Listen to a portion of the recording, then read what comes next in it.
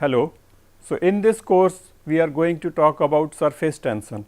In this module where we are talking about fluid statics, first we talked about the hydrostatic pressure, how does it vary with the depth. Then we looked at the forces on submerged surfaces, plane as well as curved surfaces, and using those force or pressure distribution, we also looked at that how we can obtain the buoyancy force on bodies.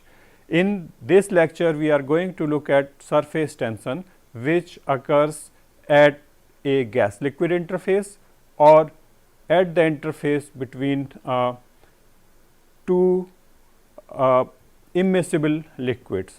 We will also look at the contact angle and wettability, where three phase contact happens.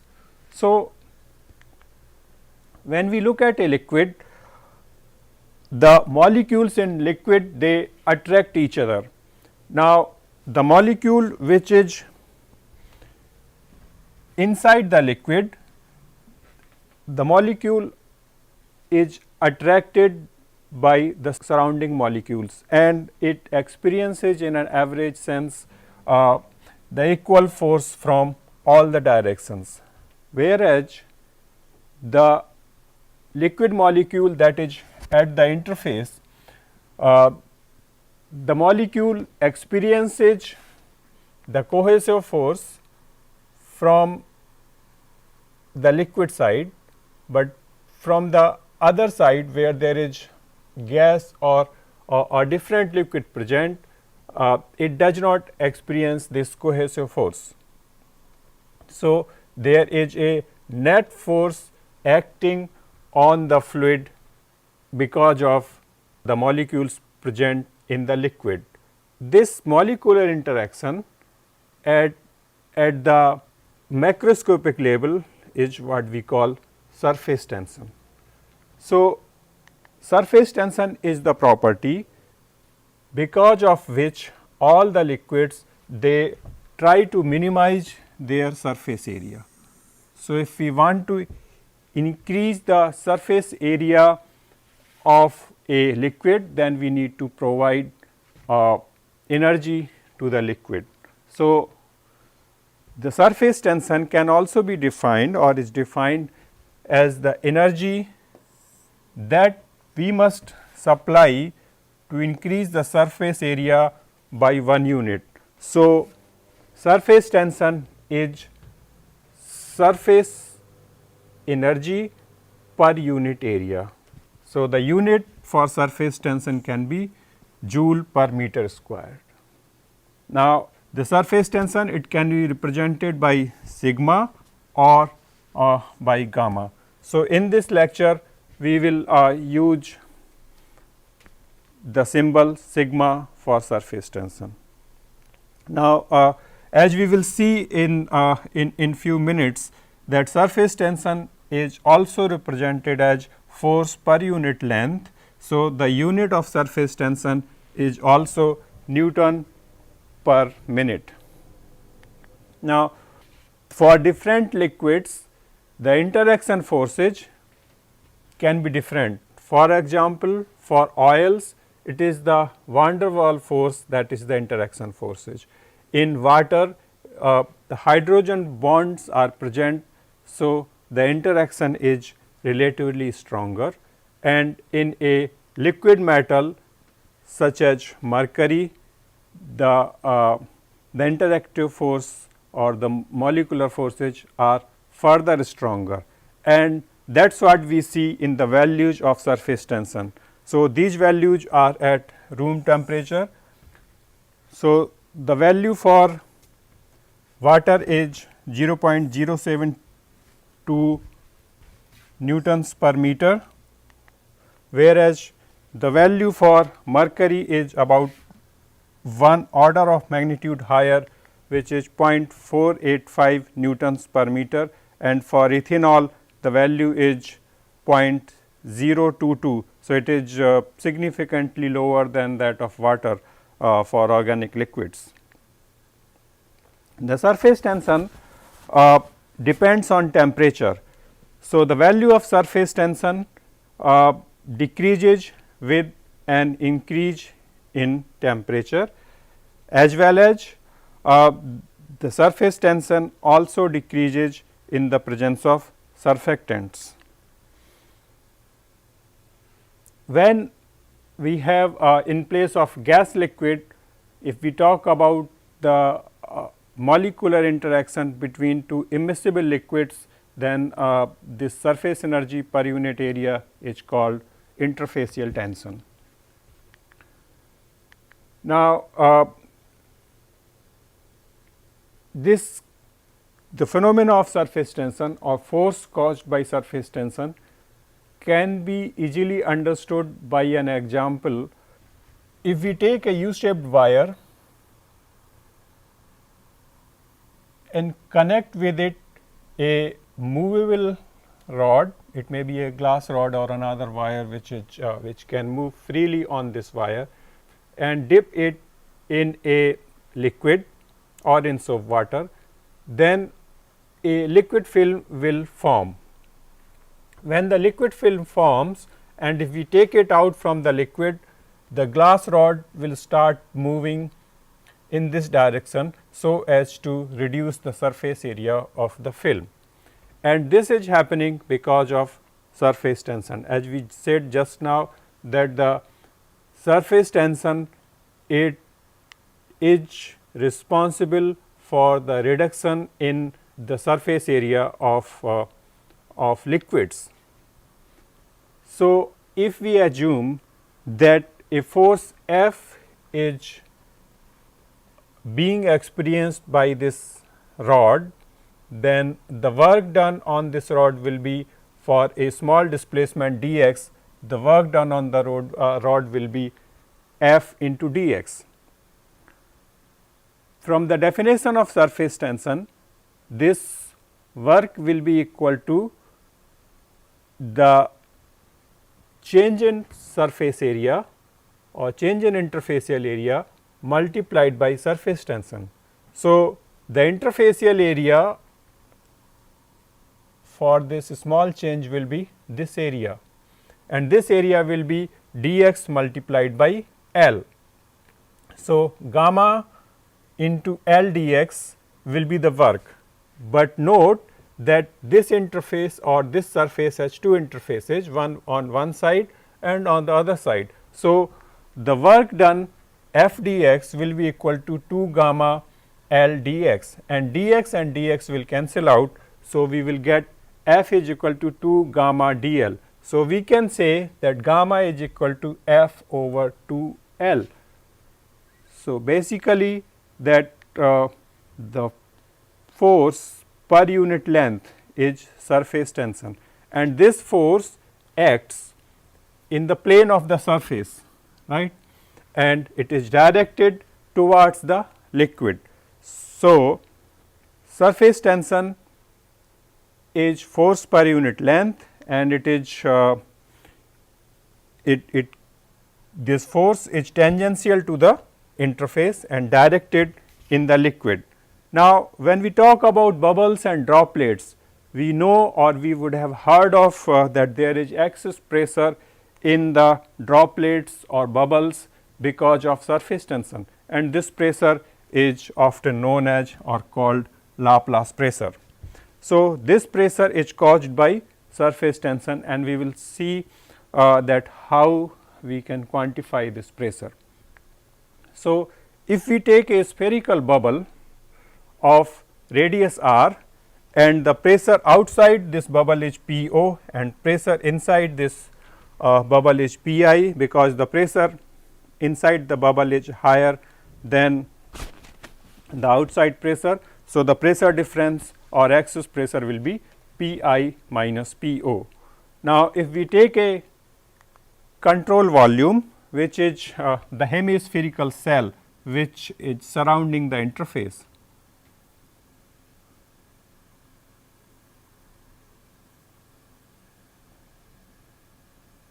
So, if we take the control volume as this hemispherical cell, and balance the forces in the vertical direction. So, we will have a different forces acting on it.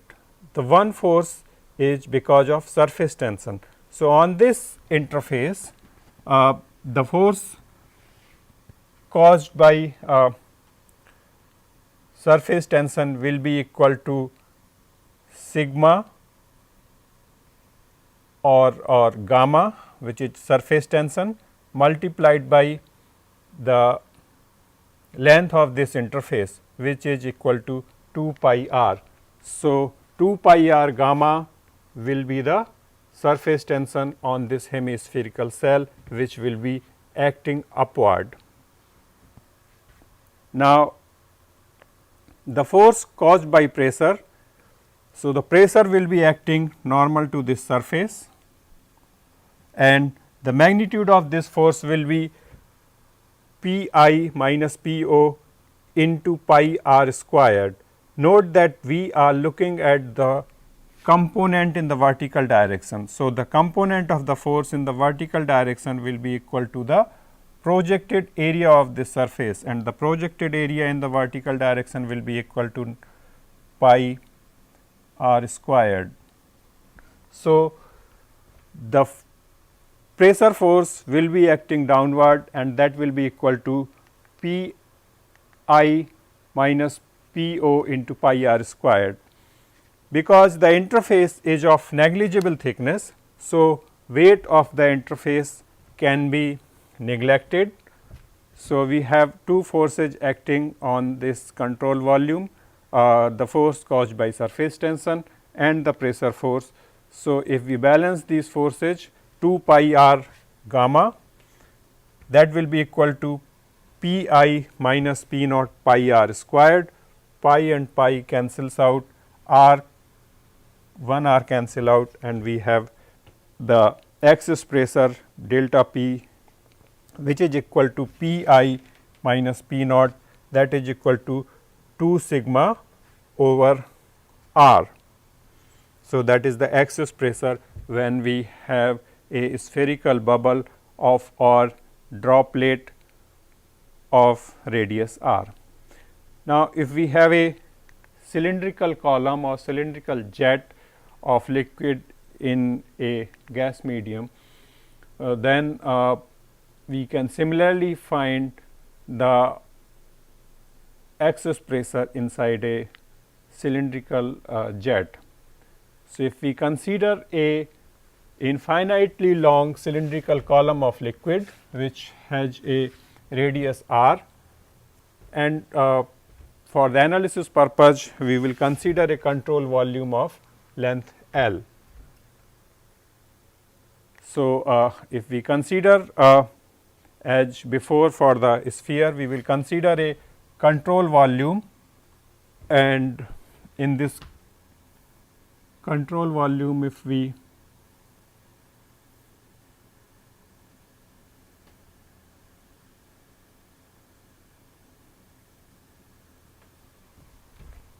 look at the forces, then again force balance in the vertical direction. So, surface tension force will be acting upward in this direction, and that will be equal to surface tension multiplied by the length of the interface, which is 2 L. Note that these two, because this is not an interface, this is again extended towards a liquid. So, because this is an infinitely long cylinder, it is only length L we have taken as the control volume. So, the surface tension force on this semi cylindrical cell is equal to 2 L into sigma, where 2 L is the length of this interface. Now, again the pressure force on this will be P I minus P O, which is the pressure inside minus pressure outside, multiplied by the projected area. So, the projected area in the vertical direction will be 2 r, which is the diameter of this cylindrical jet, and L is the length. So, P I minus P O into 2 R L is the pressure force, and again we can neglect the weight of the interface, and doing the force balance we get that 2 L sigma is equal to P I minus P O, which is the axis pressure multiplied by 2 R L. So, 2 and L they cancel out, and we get axis force is equal to gamma over R. So, the pressure difference across the bubble interface delta P is equal to P I minus P O, that is equal to gamma over R. Remember, for a sphere we had 2 gamma over R, whereas for a cylinder it is gamma over R. For a interface which is of whose curvature is varying, the axis pressure can be given as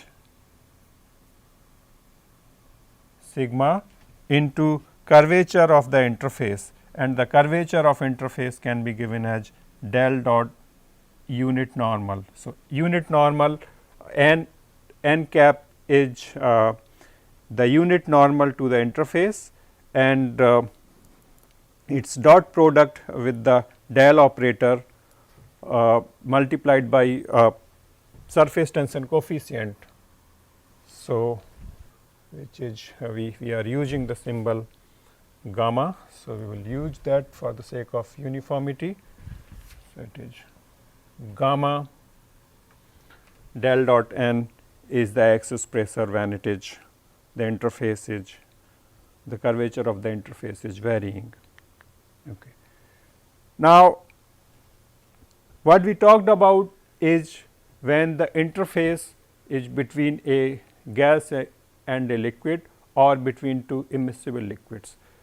We also come across cases where the interface is in contact with the solid surface. For example, a droplet is sitting on a solid surface. You have a droplet in our hand, you see the droplets on a glass surface, on grass, on leaves, etc. And if you notice the shape of the droplet on different surfaces, you find that depending on the surface and the liquid, the shape of the droplet will be different, and that is because the different surfaces have different properties, as well as different liquids also have different affinity towards surfaces, and this is explained by what is called wetting. So, this comes under what we call contact between three phases.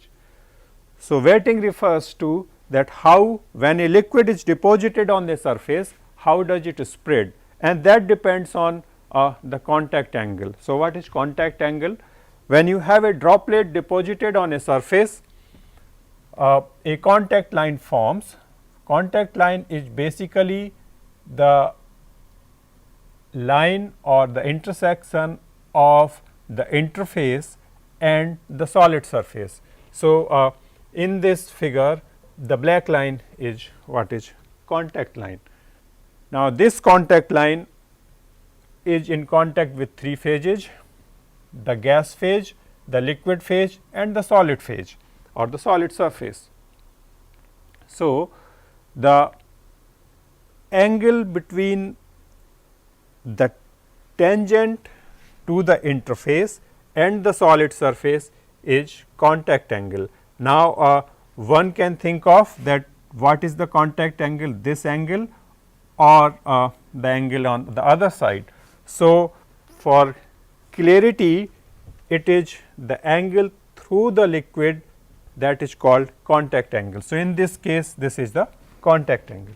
Now, if this angle is less than 90 degree, then it is called wetting surface, or the surface is known as wetting surface for that particular liquid, and if this angle is greater than 90 degree, then the surface is called non-wetting surface.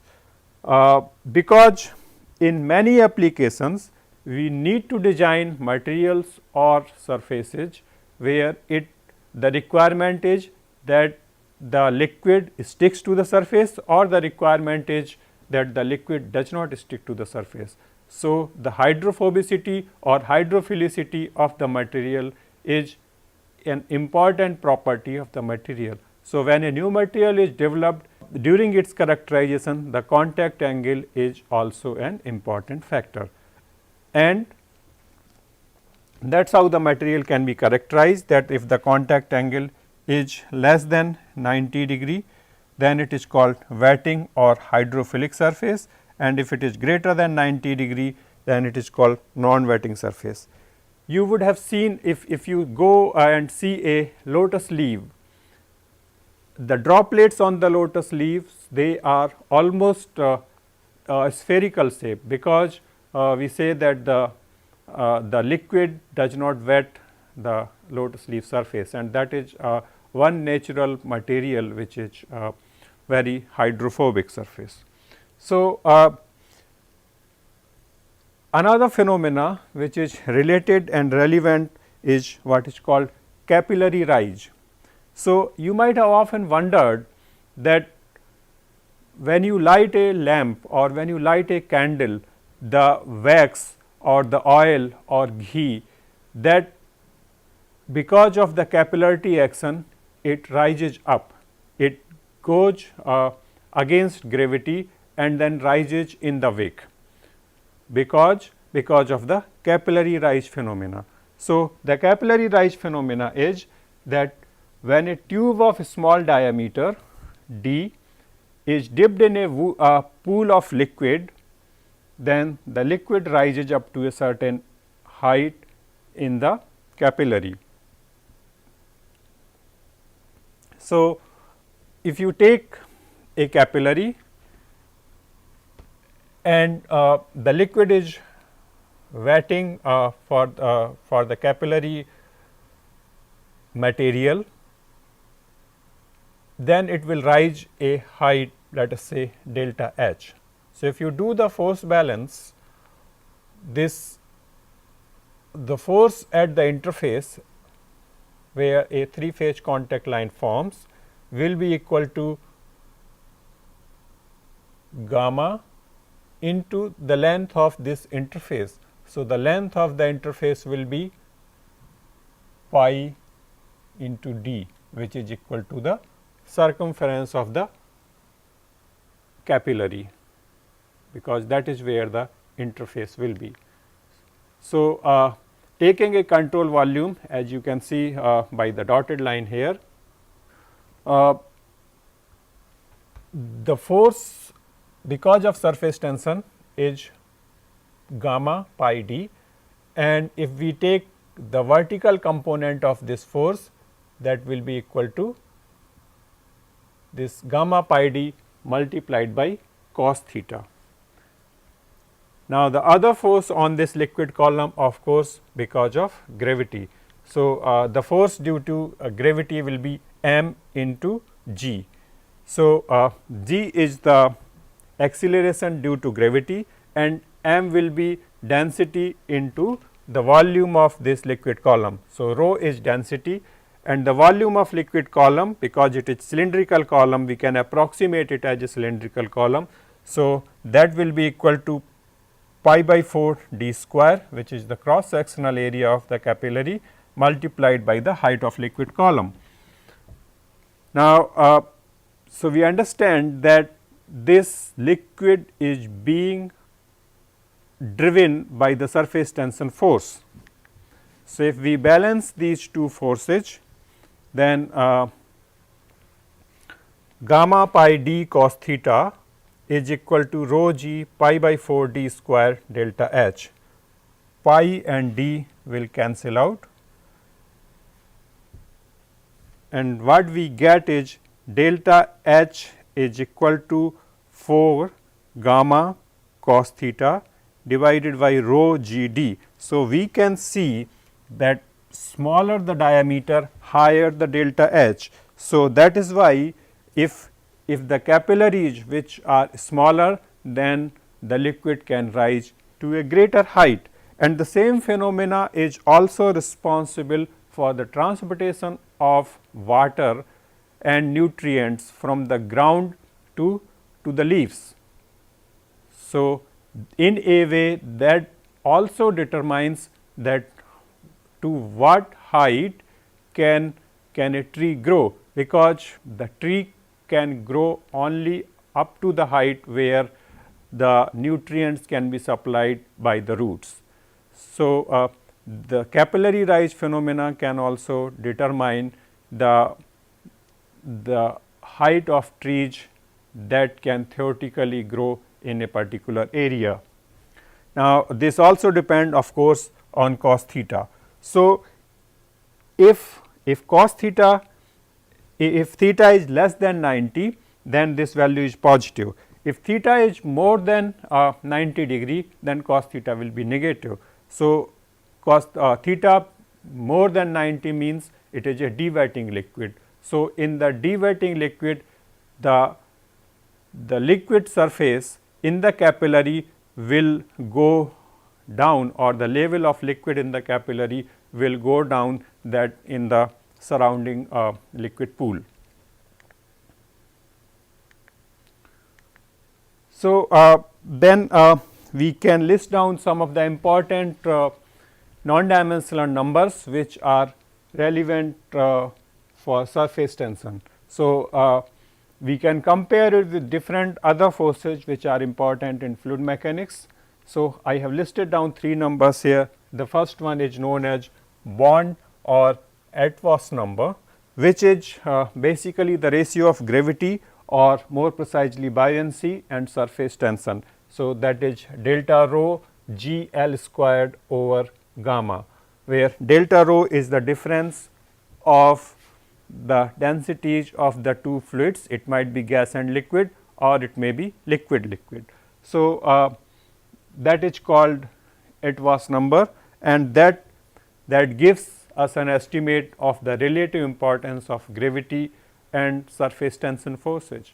So, in microfluidics, which deals with flow of liquids in millimeter size or smaller channels, now the Bond number becomes smaller, and the gravity and surface tension forces become almost of equal importance, and as the dimension becomes further smaller, say less than 1 mm for air water flow, then surface tension becomes a dominant force. So, some of the effects which we are used to see, for example, if we have gas and liquid flowing and in large channels, we can see that there is a stratified flow under certain conditions, which means that the liquid flowing at the bottom and the gas is at the top. Whereas, in a micro channel you may not see such phenomena, because the surface tension force is important and the interface will be a circular one. So, you will see in place of stratified, you will see annular flow in such cases. Another important number is capillary number, which compares viscous and surface tension forces, where V is velocity or the characteristic velocity of the phenomena. So, mu V over sigma, and when inertial effects are important, then the Weber number comes into picture, which is inertia divided by surface tension. Okay. So, as I said that surface tension effects, because in microfluidics in general the surface effects become important, because the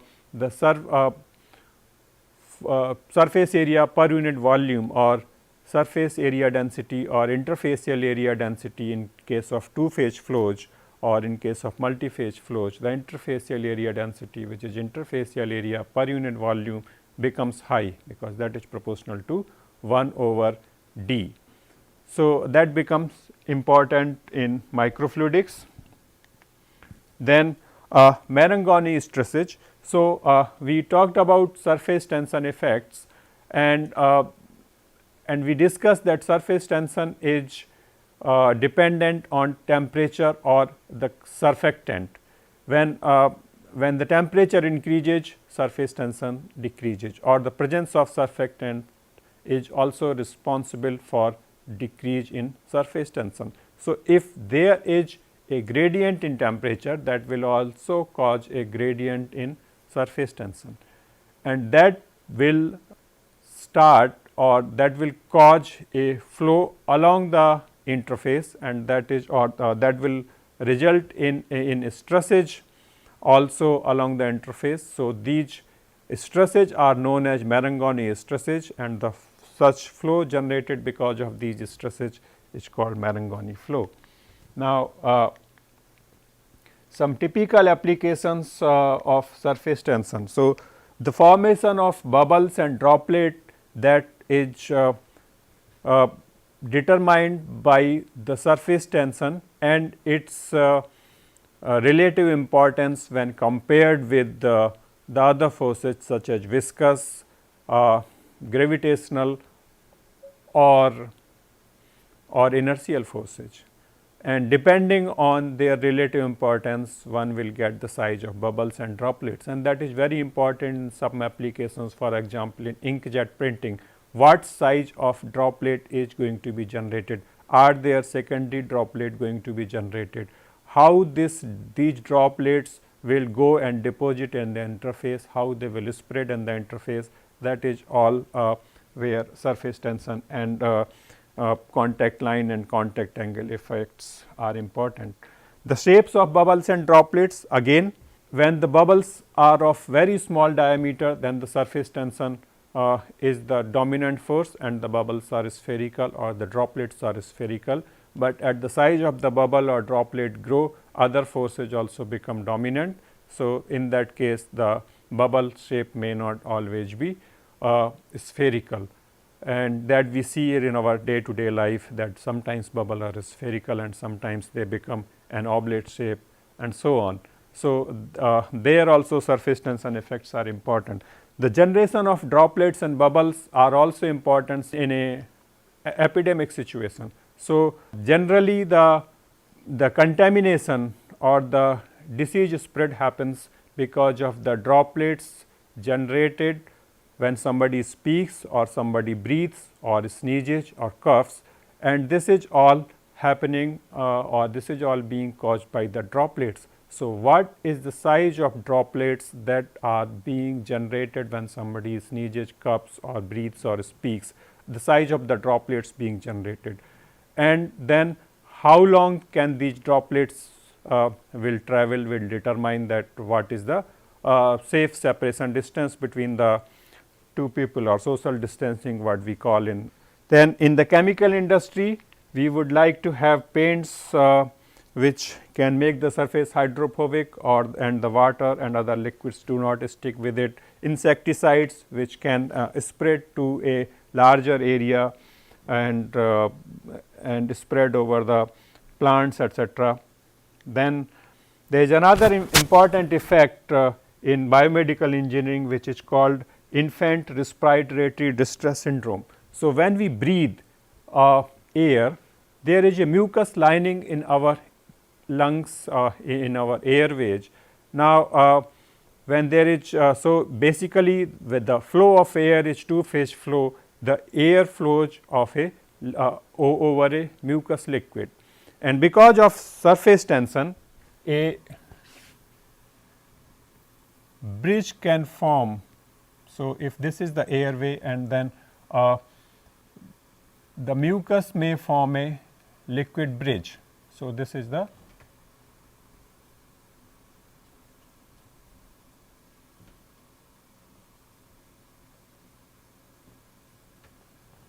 liquid bridge. Now, for the air to come and go, this liquid bridge needs to be broken. In adults and toddlers also, a surfactant is generated which reduces the surface tension. Naturally, the surfactant is generated, but in premature babies which do not complete the gestation period of 40 weeks and if they are born prematurely, then the surfactant is not generated in them, and then they need to be given either ventilation so that they can breathe easily, or a dose of surfactant. So, this is known as infant respiratory distress syndrome or hyaline membrane disease. Okay. So, surface tension is a very important phenomena in chemical as well as biomedical engineering, having a number of applications. Okay. So, with this we will stop today. Thank you.